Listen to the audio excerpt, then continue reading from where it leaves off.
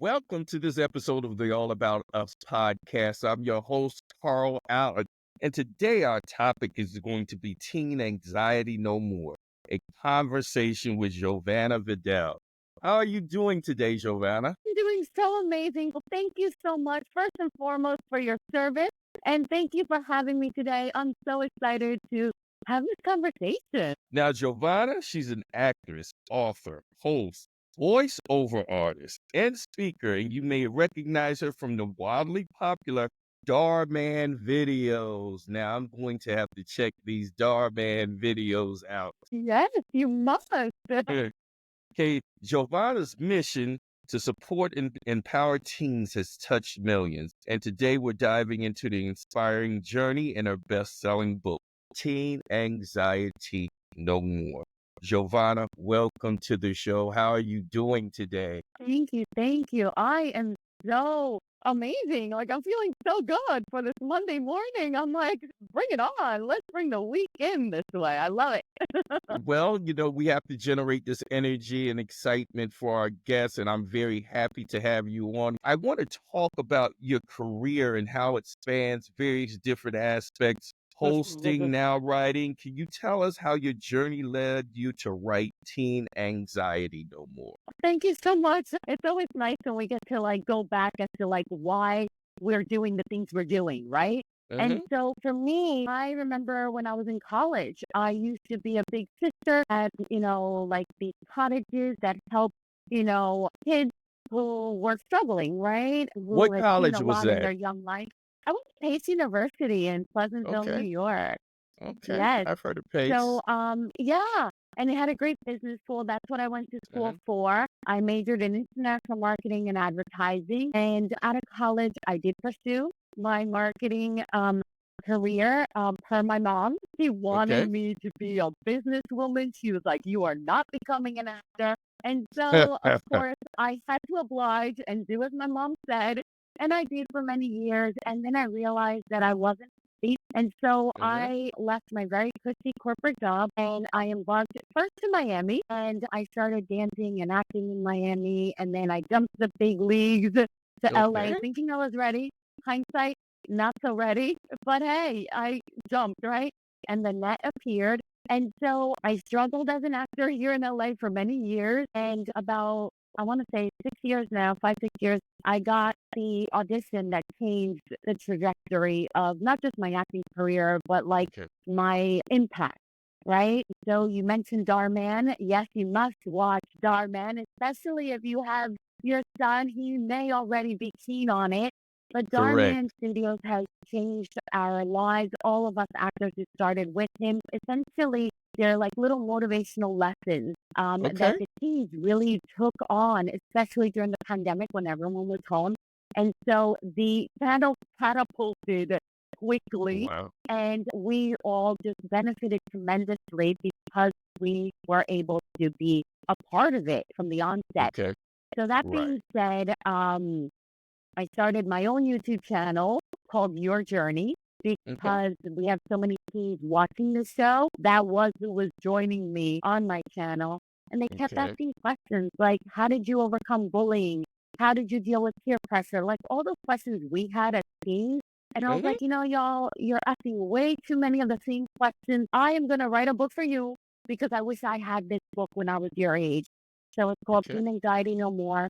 So that is how I've kind of formed what it is I'm doing right now. And I Okay. found it more light for teens because I think when they have light and nurturing and support, that they can feel so much better and thrive. And that's what I'm seeing with my younglings, as I call them on my Okay. channel. They are thriving and I'm loving it. So Good. tried to encapsulate that quickly, but it's been a journey. Well, I want to digress a little bit because you're from the tri-state area and bouncing between New York and New Jersey. I want to know, as you were going through junior high school and high school and some of the problems and issues of being in a big metropolitan area like that, do you feel like that really prepared you to help guide the youth in some ways? And give us a background of maybe some of the high schools and junior high schools you attended and what that experience was like? What a great question. Wow, Carl, I love it. So, yes, New York, New Jersey is where I say I'm from. I've lived in many different cities and actually countries now. Mhm, So they each contributed to who I am. mhm. I say I'm a Jersey girl at heart because that's Okay, where I did like my junior high and my high school, right? And then okay, I moved back to New York. So there's a lot okay. of back and forth in the tri-state area. And how that impacted me was that I had New York City in my backyard. Like we could literally be there in 5, 7 minutes, right? Right. However, my town was 1 square mile. We didn't have a movie theater. We didn't have no McDonald's. Wow. We didn't have nothing. It was a beautiful little square mile town where everyone knew each other and white picket fences, and it was Right, adorable. And we were the only Latino family in this very white and Asian prominent town.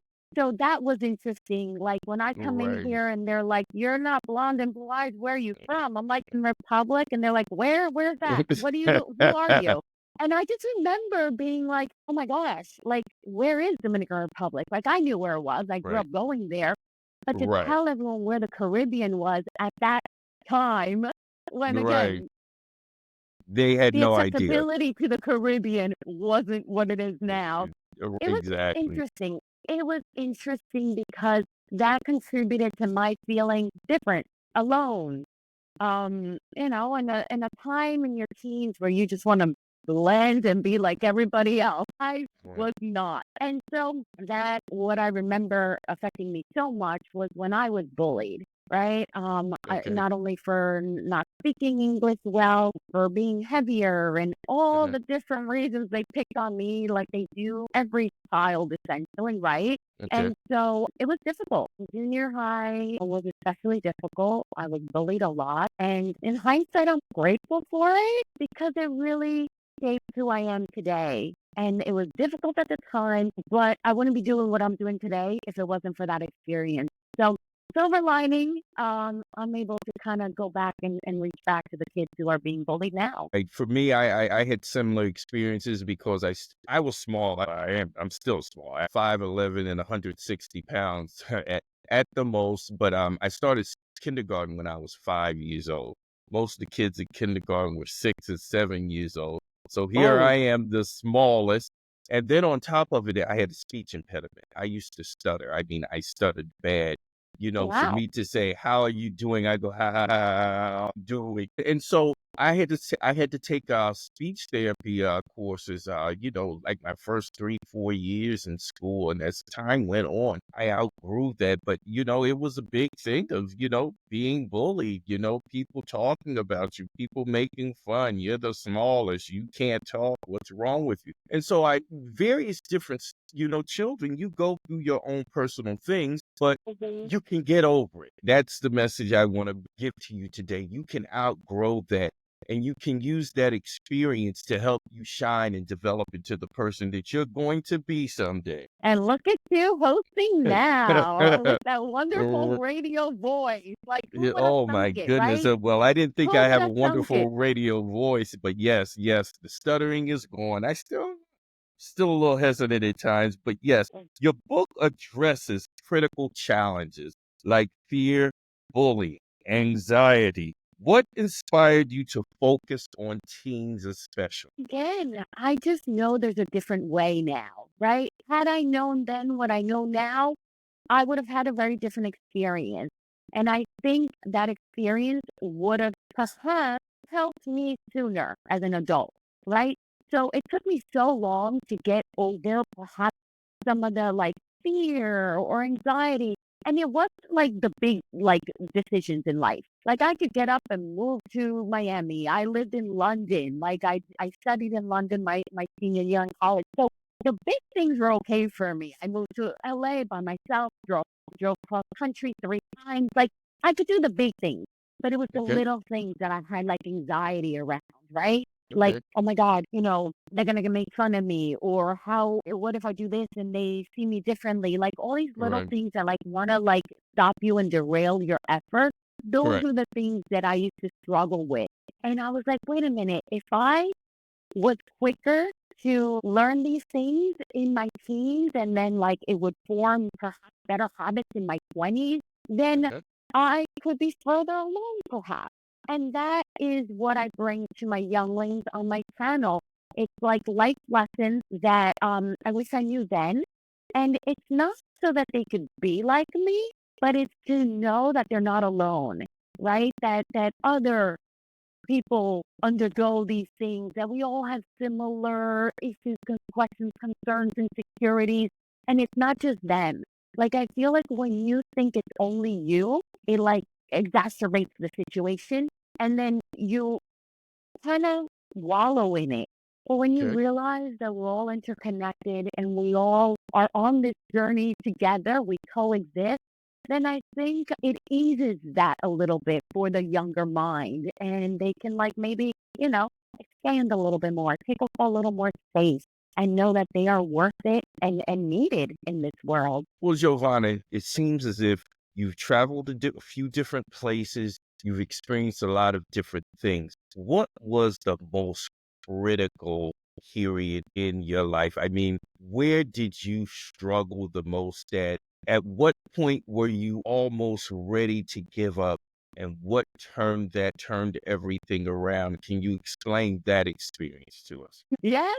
However, there's different answers for all those questions. Right. So the most critical for me as far as struggling was probably my teens, and then again later as an actor here in LA. But the one where I had the most growth and the most like sense of like worldliness was when Uh-huh. I backpacked through Europe and studied in London. So Okay. that formed me into knowing that I could do more and I didn't have Uh-huh. to stay in this small little town that that's all I knew. And there's nothing Uh-huh. wrong with that. I just wanted to be out in the world. So to answer your question, the most critical was depends on the definition of critical. Well, let me help you here. Let me help you here. Thank you. Talk about your period in Los Angeles when you were a struggling actor, because I think that's important because sometimes things don't come easy. And I tell people all the time, you know what? I'd rather be lucky than to be great. And people said, "Are you serious?" I said, "I'd rather be lucky than great." I said, "Luck is where preparation meets opportunity." And so you have to place yourself in a space at a period point in time where you're preparing yourself and hope something special happens. And so I want you to talk about that experience that you personally experienced during your time as a struggling actor in Los Angeles. Everything he said was just so beautifully said. Yes, yes, yes.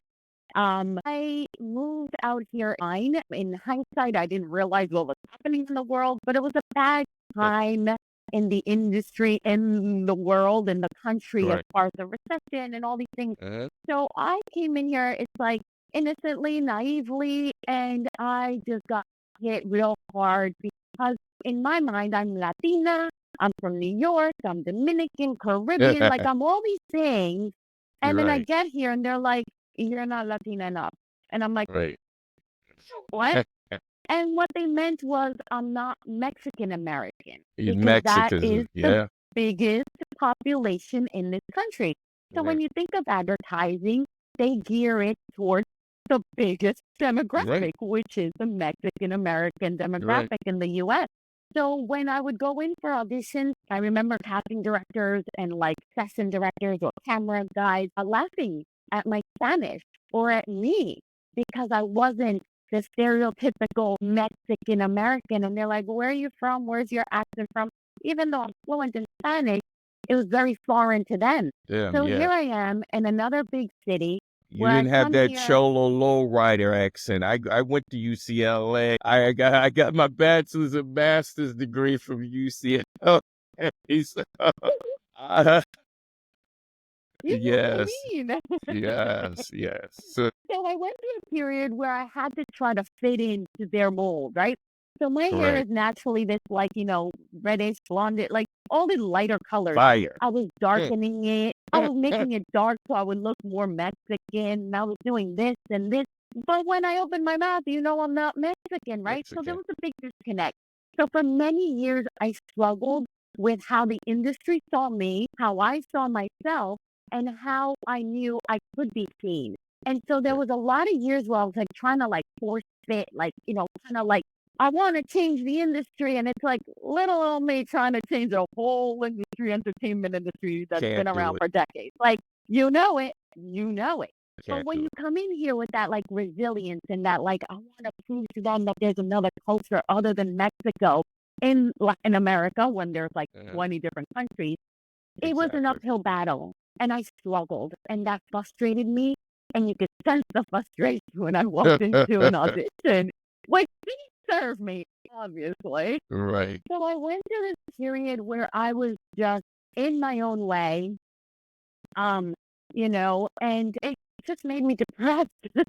Okay. So I went through a stretch of time where I was literally just on the couch frustrated because I didn't know what else to do. I didn't want to go back home because I knew I wasn't done. Like I knew there was more to do. And I felt it in my heart. And that is when that Dhar Mann audition, Mhm.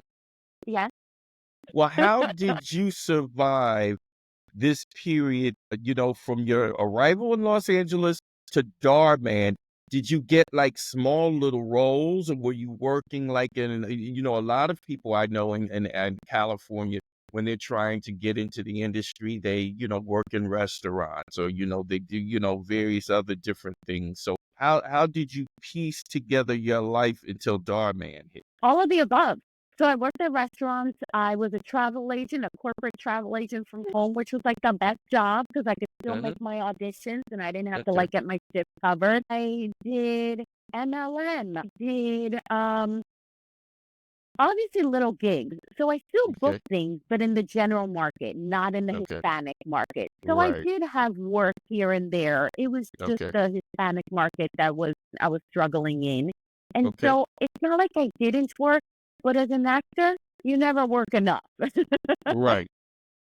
And you want to work every day, And but and that's and you not and you really and you realistic. also have a niche. You also have a niche that you want to fit into, and a lot of times, the industry as a whole, whether it's movies, music, or whatever, they have these defined roles, and when you don't exactly fit into that design role, it's more difficult for you. I experienced that when I was in the music industry in Los Angeles also, and everybody was telling me, the music, there wasn't a genre for, they used to call my music techno funk. That's what they used to call it. And there So wasn't a fun. genre for that. So, the industry pigeonholes you. If you don't fit into that pigeonhole, you're going to have a difficult time. You're absolutely right on so many levels. And like you said, whether it's music or on camera, or it's just what is necessary for immediate recognition. Right.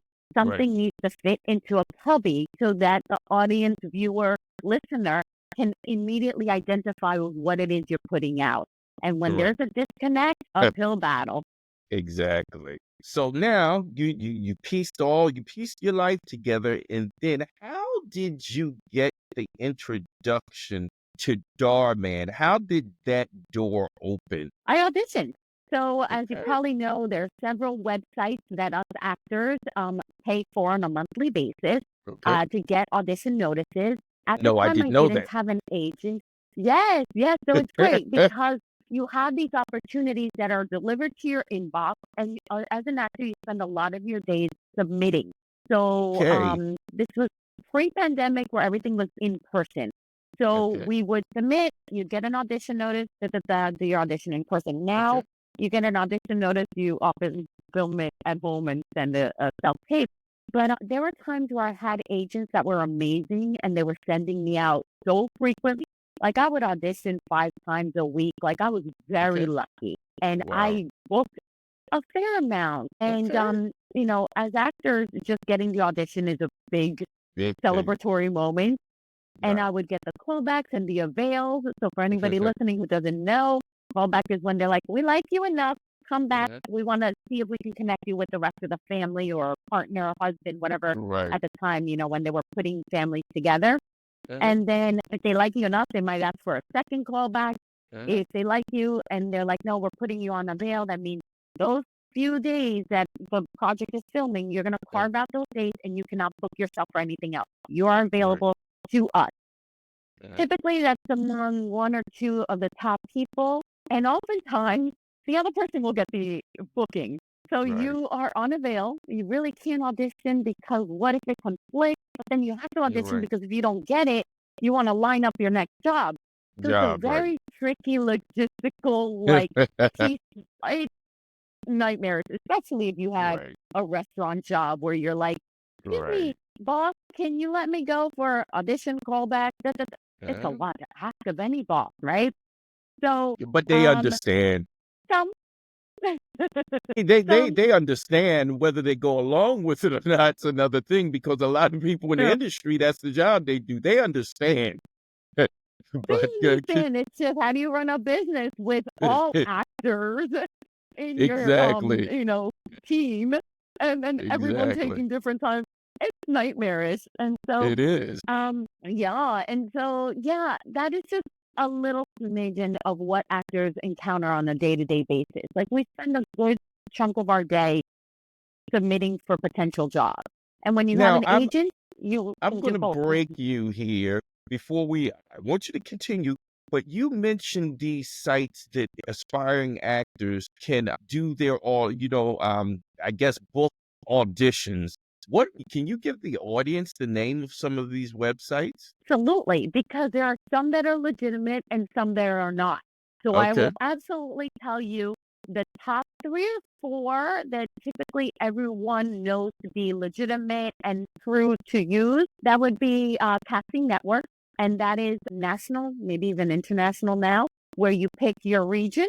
So that one's a great one for commercials mostly, Mhm. and a lot of now like influencer type of auditions come through, like user Yeah. generated content it's called Uh-huh. UGC. There's Actors Access, which is Uh-huh. more for like theater film, but Uh-huh. they're small roles, oftentimes background. So Actors Access is legitimate and a great site. I always had a lot of great luck on Backstage.com. There used to be a print version of Backstage, and then obviously it went on that has smaller projects, oftentimes school Uh-huh. projects, which is great for a new actor, right? Okay. And then there's others. There's Casting Frontier, which is Uh-huh. also a good one for commercials. And then there's others down from there. But those Okay. are like my top preferred four that I lean on the most and I feel the Okay. most comfortable recommending. Okay, thank you. Thank you. Now Yeah. continue with the story, the Dhar Mann story. So which one of those sites actually got you the audition? I think it was Casting Network, but sometimes I go back Okay. and forth whether it was Casting Network or Actors Access because it was a long Okay. time ago, but it was one of those 2. Okay. And when I submitted to the audition, Uh, the producer, casting agent reached out to me, said, "Can you do a self-tape?" This was pre-pandemic, but some companies or production companies aren't big enough or don't want to spend the expense on doing a uh, in-person casting. So uh, even pre-pandemic, it was a small sliver, but you still did self-tape.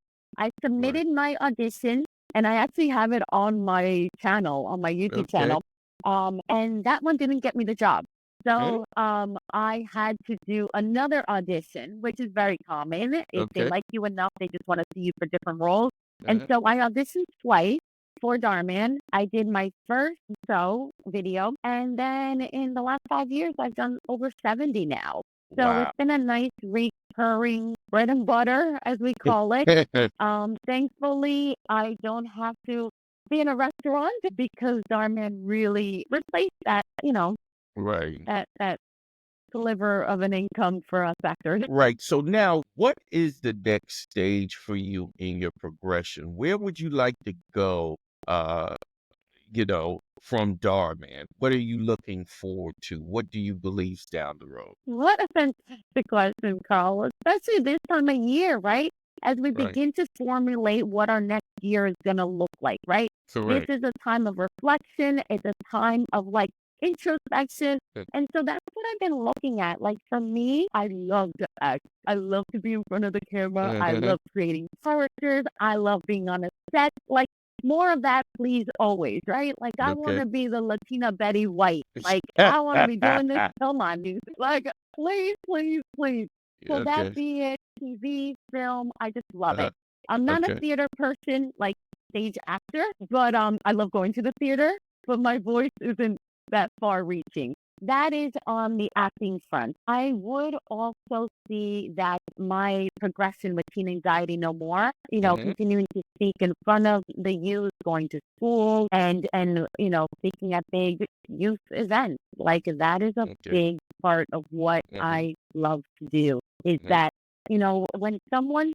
when oftentimes it's a parent. A parent will come up to me because their child is shy and doesn't want to come up to me. And they're like, "Are you in Dhar Mann? Can my Wow. son take a photo with you? Can my that lights up our days as all Dhar Mann Oh, actors yeah. because we do it for them. And when we Right. get those moments, there's nothing better. And then they'll stop me, and then they know I have a channel, and they're like, I'm struggling with bullies. The girls are making fun of me. The mean girls, and this." Mhm. And I just take a moment and I sit them down, and I'm like, "Listen, honey," and the parents are watching, and it's Mhm. just a beautiful moment. So I just Right. want more opportunities to be in front of the youth, and still use my acting platform because that's how I garner, the eyeballs and the ears of the youth, Right. right? Like, so to me, it's a very powerful combination, and I really just love it. Now, let me ask you a question because I ask this question a lot. Do you see a difference in the fear, the bullying, and the anxiety in teens pre-pandemic and post-pandemic? Did things change? Did it kind of snap and get worse, or is it the same? Or what is your perspective on that? Amazing question. I think most certainly the pandemic did a number on all of us. Whether you're a teen or an adult, we all struggled, and maybe even babies who weren't socialized until they were 3, right? Coming out of, like, if they were born during the pandemic. So those times during lockdown for different parts of the world, obviously, um, Mhm. hugely impacted our world and our day to day and how we show up in the world because so many of us Right. got comfortable on the couch because you could do everything from it. Then now I'm also finding a lot of like younglings who don't want to leave the house or, are only on, their devices because that's all they knew for so long. So I think it really impacted us in so many ways that we might inherently know, but we don't speak about enough. Cyberbullying, my gosh, went to an all-time high. And that is a Exactly. chapter in my book. I mean, this is what it looks like. It is Okay. a chapter in my book because it's such a reality for, Mhm. everyone behind the keyboard right now. It's so Correct. easy to release just harsh words because you're hiding behind a keyboard and a screen. And these Correct. kids are feeling it. And it's just awful that, you know, so many of us adults don't really know what to do with that because we didn't have that. Like if we got made fun of, it was in our school yard. It wasn't, Right. worldwide. So it's a very different time and it's a very delicate situation. And I think post pandemic, I think we just need to simplify things for our teens and younglings. Like take it back to the basics, right? Like the parents who are like, nope, you're not having your device. You're gonna go outside and ride your bike. Exactly. Like Exactly. back to the basics. Like Basics, yeah. they don't realize the good being out playing Right. basketball or playing whatever outside can do for them as what we I that's tell just my people feeling. all the time, we have to teach this generation of children how to be children. That's a mic drop. Seriously. They are growing up so fast that they don't realize like the things that like you're like, wait, how old are you? Like what? It's wildly sometimes disturbing But because that's this what is we have to so do. it's so true. I agree with you That's what we 10 have to do. million%. You have been a part of more than 70 of these Darman videos, and now I'm kind of remiss because I haven't seen any of them, and I'm going to have to catch up. How has that experience shaped your perspective on connecting with younger audiences? Interesting. I wasn't expecting that question. Um, I love it though. How has it shifted my perspective on being with this?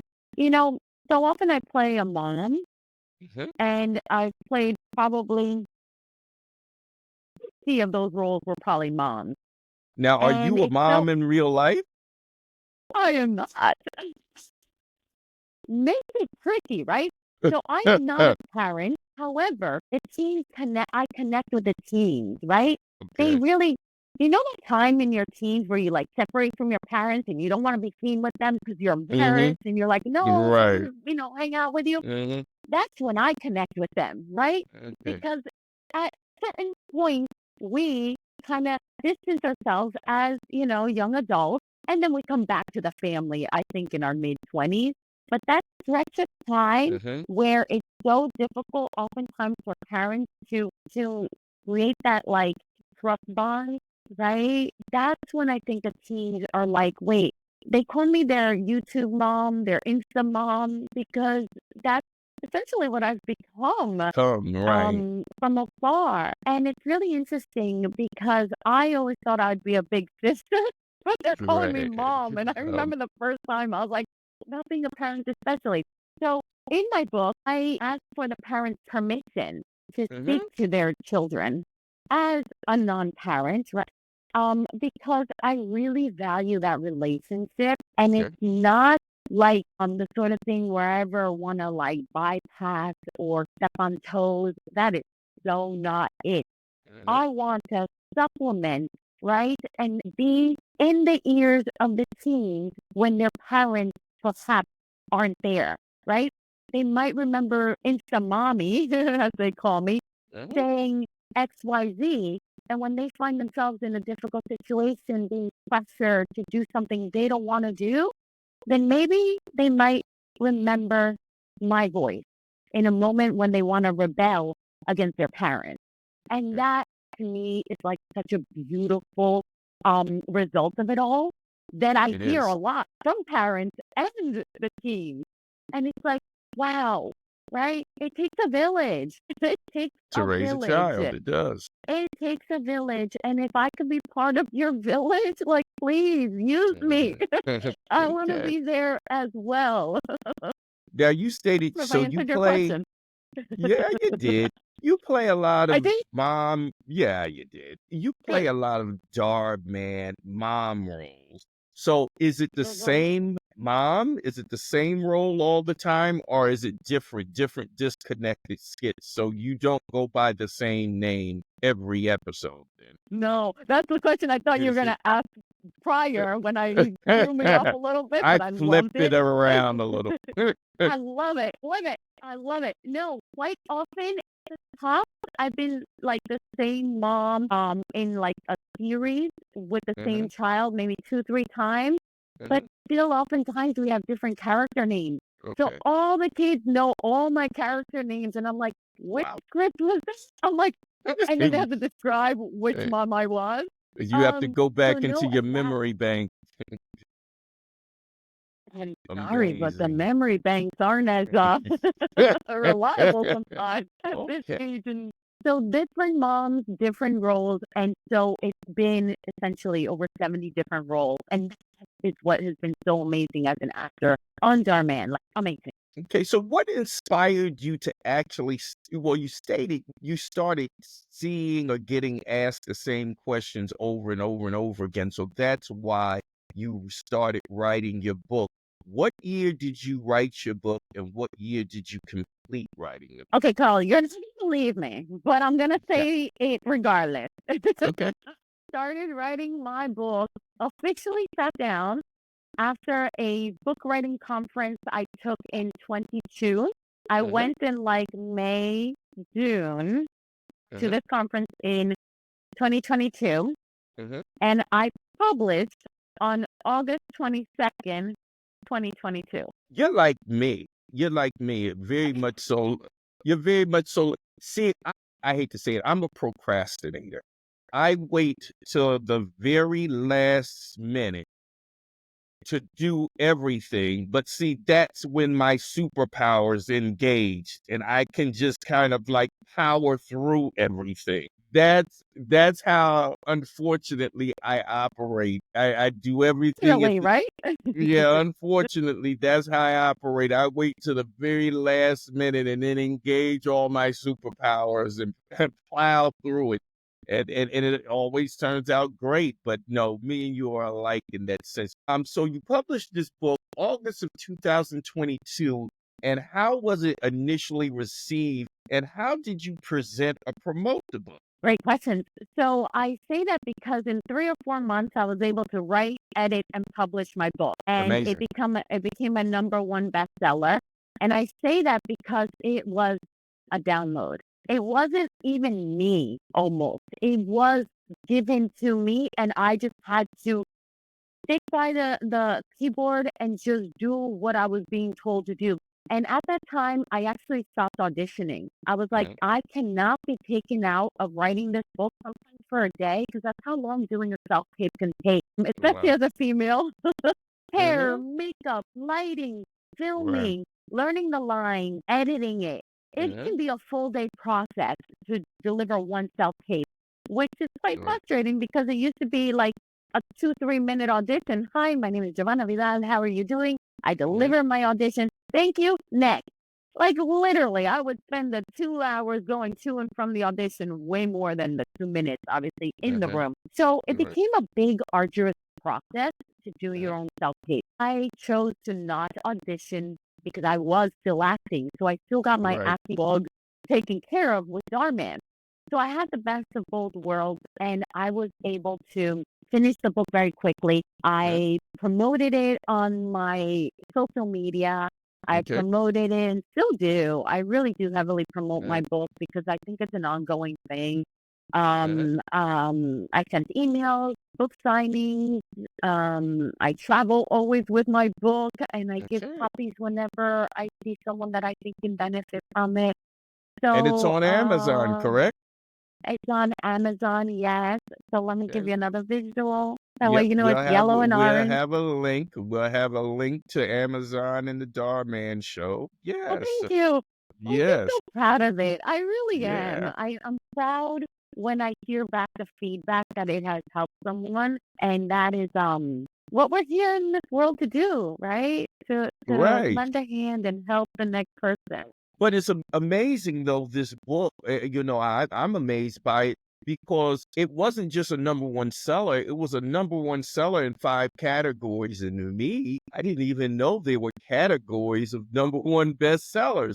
So I mean, how Yes. did that make you feel? How did that impact you knowing that, wow, I just didn't write something that, impacted, just like one group of people. It was a whole expanse of different people. You're talking about the #1 seller in 5 different categories. To me, that's quite amazing. Thank you, Carl. I'm getting chills Okay. because it just reminds us when we put our blood, sweat, tears, energy, effort into something and we believe in it, that when you get those sorts of results, it reminds you that you're on the right course, you're on the right path. And that is what that did for me. It just reminded me that this is necessary. This is what I'm called to do and how I just need to answer the call. I just need to answer the call. So that's why I do everything I do. What are these 5 categories you were #1 bestseller in? Come on, we got to hype this up. What were those 5 categories? Um, it was in teen, Mhm, like nonfiction. mhm, It was in bullying. It was in new releases. mhm. And the other two, I think, escaped me. I'll have to do my Okay. research and get back to you, Carl. Okay, well, that's good. That's good. That's good. Now let's talk about this little thing you created called Your Journey. Can you explain to the audience what your journey?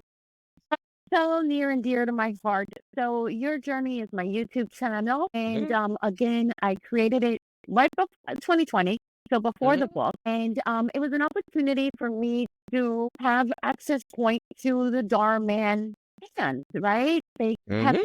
wanting to like reach out to me via, all the socials. And I always wanted to do YouTube. I actually recorded my 3 cross-country trips because I wanted to make it a series on YouTube. But Uh-huh. in 2010, the technology was not in my favor. It's not like Okay. now where you can, Yeah, it gets like that at times. especially when you're preparing for that trip. It's like you got to get everything done so you can just put that side of your brain at ease. Right. Okay, well, continue with your journey, okay? Your journey. So yes, it started out being called the scenic route because Right. everything I've done has been taking a right when I'm supposed to make a left because that's what my inner GPS said to do. And then like I'll stumble upon the most beautiful, majestic, backdrop. And I'm like, this is why I made a right and didn't listen to the GPS. So it was initially called the scenic route with Jovanna Vidal. That got Right. hacked in 23. So YouTube was like, you need to change your name. So I changed it Okay. to Your Journey because it's all about the team's journey, your journey, right? It's what you do now that will serve you later. And it's become one of my favorite things every Friday, as we call Okay. it. We get together at 2 p.m. Pacific Standard Time in case any of Okay. y'all want to join us. And Okay. oftentimes, if I'm not filming or traveling, I go live. And Okay. during these lives, I offer up a quote of the day, a lesson of the week, and we just engage. They ask me questions, and it's become the Fry Fam community. Like we are this little family where everybody knows each other. Everyone's kind. You're always welcome. If there's a new person in the chat, I encourage them to say they're new. And everybody in the Fry Fam is like, welcome. And because I always want to create an environment where everyone feels seen and they're not like, I can't read anything in the chat because everyone knows each other and I don't know anybody and I'm shy and they're no, you're gonna say hello and we're gonna welcome you so that you keep coming back as they often do and I love to see because it's about, inclusion. It's Right. about being better together and knowing that you're not alone. So that is what your journey has become for me and so Okay. many others. Okay. You said this book is like a love letter to your young audience. What message are you hoping they hear from your book? All your questions, my goodness, I love them all. It is. It's a love letter because it's I want them to feel the love from other sources and perhaps sometimes they feel they don't feel, right? Right. And it's my way of letting them know that, you know, someone is here for you. Someone's gonna cheerlead you. Uh-huh. Someone's gonna brighten up your day. We might cry together. We might get frustrated together. Uh-huh. But at the end of the day, you know, you will feel supported, nurtured, seen, and loved. And it's my love letter so that you feel that from somebody. When sometimes, I remember as a teen and a young adult, and sometimes as a real adult, you just feel alone in the world, right? Right. Whether or not you have a partner, whether or not you have a family member that's near you, sometimes you just don't see eye to eye. And sometimes you feel alone, not understood.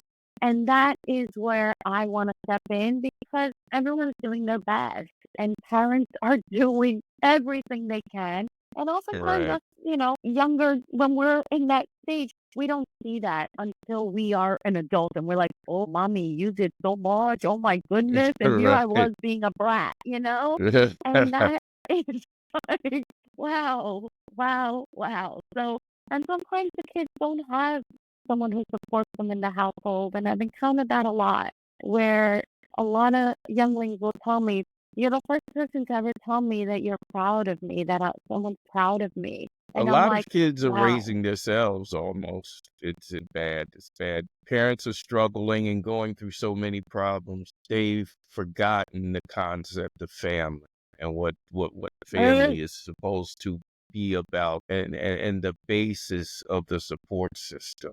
So so that's true. something we definitely need to get back to. For teens who might be feeling overwhelmed, what's the first step they can take to start overcoming those challenges? Wow. I would say the first step, say journal it out. Put it on paper, put it Hey, that's outside of good. you. I agree. Don't hold it in and try to like white knuckle through it and bottle it up and think like, you know, there's nobody out there. Sometimes you may not feel like you have anybody, but you have yourself. And Mhm, you need to see it in black and white to realize like this isn't as big as you're making it out to be in your, mhm, brain filled space. Sometimes when you just write it out, you realize like, okay, it's figure outable. I don't know right now what I'm going to do, but the answer is going to come to me. And then you release a lot, I believe, through right. journaling and writing. Okay, And I think that's a great first step. And okay. then establishing a framework for Mhm, where you feel you can trust. mhm, So sometimes we don't have trust in ourselves yet, mhm, but maybe there is someone, there's a teacher that you like and mhm, connect with and you can trust. Like formulating that little circle that is past, the devices and it's actually in person, right? Like finding that person that you really can turn to. It could be a cousin, it could be a sibling, just having somebody that you can hug and hold and turn hold to. and communicate with. Many parents in Communicate, yeah. yes, communication is big. Communication is Communication is big. huge. Yeah, we don't do enough effective communication, not just Through communication, that. yelling at each other, effective communication. Many parents and educators listen to this podcast. What advice would you give them about supporting teens through fear and anxiety? So, how can the people who are listening to my podcast and your show, how can they support these children going through fear and anxiety? I think it's so key to have a baseline. I think it's so important to have that first conversation and be like, Jimmy, I know school is difficult right now, but I'm going to work with you to work through it. Whatever that means, difficult, right?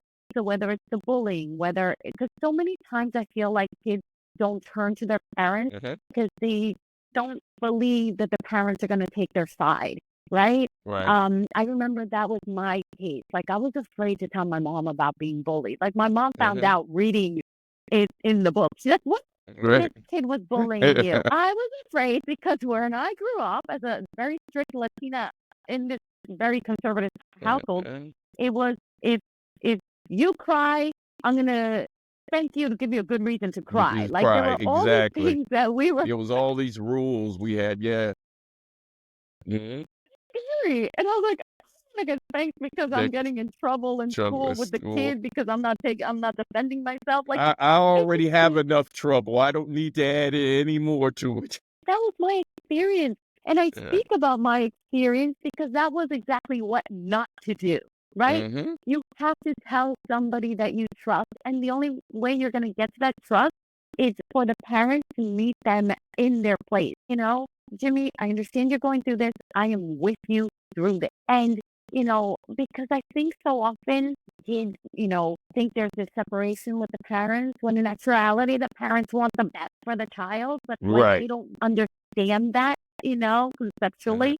So it's like having that baseline. And I'm going to say that I have heard often that my book creates that baseline. That's When the good. parent and the teen or child, I've had a parent child duo as young as like 8 years old. I thought it was a little young, but this Mhm. was her decision to have this conversation with her daughter at the age of 8. And I was like, oh my God. Um, but she, as a parent, made that decision and she cut out the parts that were not age appropriate. Okay. And when we did an interview, and because I was really shocked at how young this child was, Okay. but the little girl just like is thriving as a result because it That's great. created this like understanding between the two of them and they had this common language. So they were able to communicate in a way that perhaps later on it gets ahead of itself or away from you. So I do say my book, and if that's not possible, Mhm. then just that support and just like letting, I don't know, it's tricky because it's hard to be like their friend when you still need to discipline and be the parent. So But you I'm but not you ha neglecting. You have to be able to let go though, and you have to be genuine. And I think that's what we don't have a lot of. You even have to be Mm. genuine with your children. Sometimes, even discussing with my children, they say, "Well, you're telling me not to do this, but I've seen you do this." I said, "I don't want you to be like me. I'm raising you to be better than me." Mm. I love that. I love that. And I So think it's your point. Go ahead. oh, you have to be genuine. No, I'm not always the best, but I'm trying to raise you to be the best. And so That's so beautiful. they can accept that. They can understand that because you're being genuine. No, I'm not saying I'm perfect, but no, you can't do this. I don't want you making the same mistakes I made. And so in our communication, we need to be genuine. And I think that's the missing link, and I think that's what your books allow and help parents to be with their teenagers. Now, let's go flip mode Knowing now. this conversation, my brain, and can you see it? Like it's just going. Yeah. I'm trying to like, but it's just, I love this conversation. So thank you, Carl. Keep going. Um, let's go flip mode now. Now you get to ask me 3 questions. I've been asking all the Okay. questions. Now you get to ask me 3 questions. Okay. Okay. So, Carl, has being a parent impacted how you construct your day to day now? Well, how I construct my day to day now is I really don't have much of a plan for anything. I mean, you have a plan, but I can't have anything planned that's concrete. And the reason why I had to say that is my youngest son had ADHD, and I mean, he had bad ADHD. And I mean, he had ADHD. I had custody of him, and his mother was fighting me in court to get him on she didn't want him on medication. And I had to go through these court battles. I get called to the school sometimes like 2, 3 times during the week.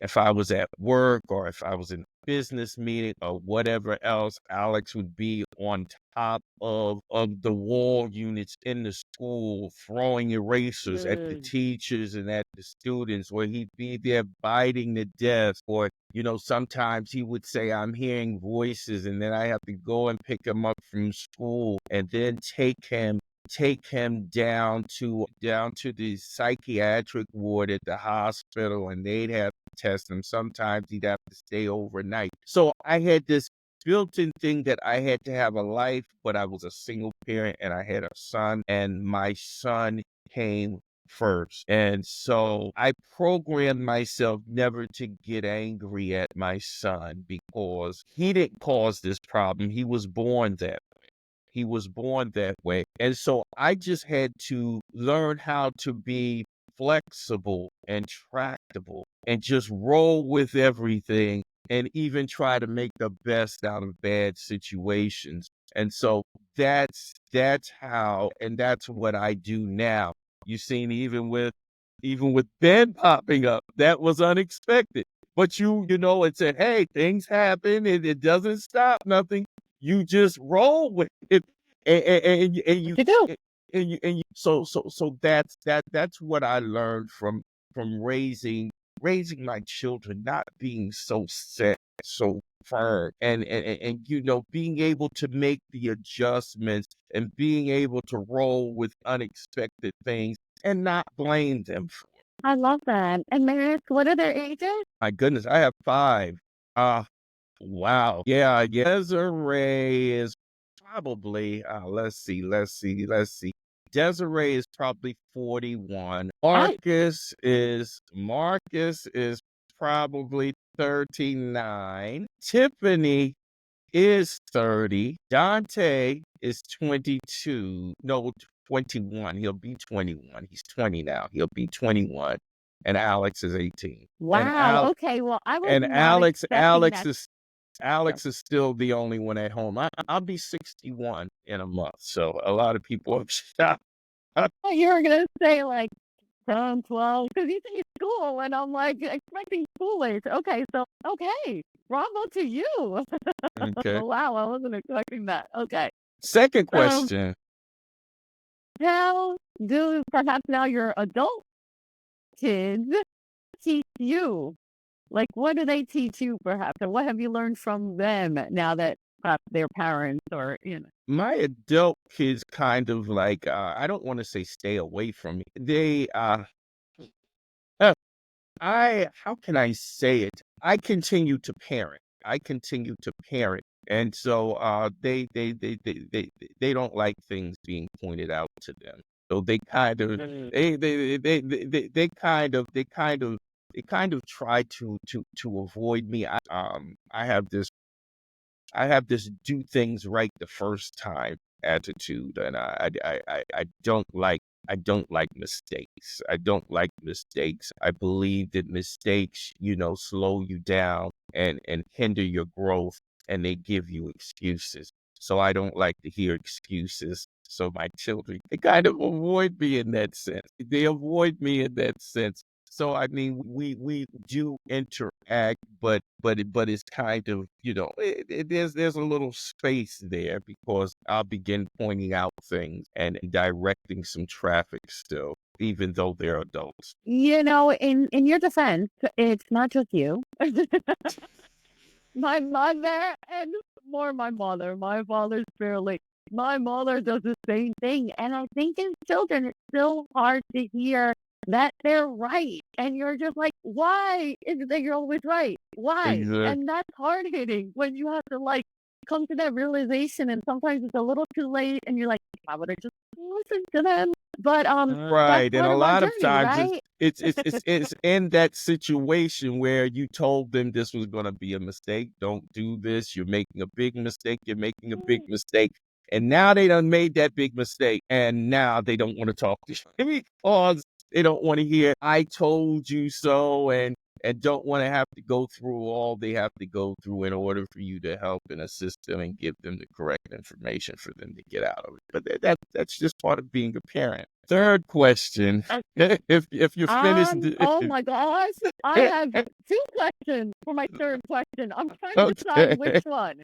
Do I Oh, give you go relief ask both, ask from both. talking about your kids or do because now I understand, and again, thank you for your service, Uh-huh. how, you serving perhaps plays out into, right? It informs probably so much of what you do and how you are because it was such a, stretch of time for you. So I guess my question is, that was part of it, and then the other one was like, you know, I don't know, something to the vein of like, how can we demonstrate to perhaps even our adult children that we're there for them and that if they make a mistake that, it's their mistake and they have to clean it up, but that, there's less of that like faith because they're, not as afraid to make a mistake. You know Well, what I mean? So those one, are the 2 yeah, questions I was going back and forth on. I'm going to try to encapsulate it and see if I can address two. Generations have changed, and when we were children, we couldn't wait to get out the house. When we got 18, we wanted to go go go go. We were gone. I was gone at 17. So nowadays, what you have in retrospect is you have children who, and don't get me wrong, the world is much more different and it's harder out there, I believe, now than it was then. But they don't want to leave the home and they want to learn, bridge out, and be themselves, and they want to be at home doing it. Now, once again, my thing is this: I'm loving dad. I mean, I'm family man all the way, and I'm not a difficult father, but because of I'm very goal oriented. I'm very rule oriented, structured. That's because of my time in the military. If you're going to make a mess, you can't make a mess at home. So okay. So I'm going to guide you. Okay, this is where you need to go, and this is where you need to go to experiment. To experiment. Okay. Now, if you go out and you make a mistake, and say you need to come back home, then there needs to be some dialogue. We need to have some dialogue. We need to put some things in place, and we need to minimize the impact that you've already created. And we need to make sure that the mess you created when you're coming back home doesn't impact the home environment. Now, If you don't want to have that conversation, then you created your bed and you lying. And it's just it's just that simple. I believe what is happening nowadays more so than anything else in many ways. I can't think of the word now that they use. You know, we're almost letting our kids know it's okay to make mistakes. That's how everybody know it's not okay to make mistakes. Let me tell you something. The most important period in your life is from the age of 12 to 30.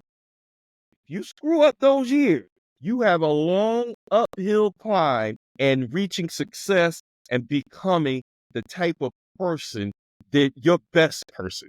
To age 12 to 30 is where you really need to put your thing down and get some bricks in place. If you don't, you screw up all those years. That doesn't mean you can't be successful, but you're going to have a very, very difficult uphill climb. And so, what I try to do is, in love, I try to prevent my children from making those critical mistakes during that critical period. Thank you for that. I think it's so serving to anyone listening to this because I think it's, like you said, very common now where so many kids are coming back, as adults in home and parents who thought they were retiring or having to get out of retirement. So I think it's a big conversation, and I think it's really cool how you are able to illustrate that from a dad's point of view who has this like discipline, background. And most children don't understand that discipline, right? It takes a very specific task to understand what it's like to have to, wake up at a certain time and make your bed. Like there's just certain rules that, to your point, aren't as prevalent now. So I Right. think we cross the gamut from teens to adult kids, So, and I wasn't expecting this right, conversation, but it's right. been really cool for me. So, before we close, what is your next project? Time of reflection. I am working on that. I just finished filming last month another like mini series Uh, film, and that was a lot of fun. I am still working on getting in front of the youth and speaking uh, at school. So if uh, any of your listeners have okay. access to a school that they would like for me to go speak at, I am all about it. We And will make I'm sure writing my all your second book. Oh, information, all your links are in the show notes. And do you have another book you're germinating on? yeah. So Okay. the sequel to this, well, I've called it College Anxiety No More. Okay. And about 10 chapters in, this isn't as quick as the first one. This one's Okay. taking me a lot longer, but it's really like kind of like, bridging that time Uh, between college, not college, because that's a real question now for uh, these generations, right. right? Where when and there was no choice, like you had to Uh, go to school oftentimes College. in order to, Okay. progress forward. Now there's so many options, Right. spoon fed to this generation that it's a Yeah, bigger question. the internet has changed all the rules, basically. Yeah, exactly. I just want to thank you so much for sharing your story and your mission with us today. Well, your work is truly making a difference in the lives of so many teens, and we're honored to have you join us on the All About Us podcast. I want to invite you back at a later date, right before you're ready to drop this new book. Thank you for joining our show. You have a great day.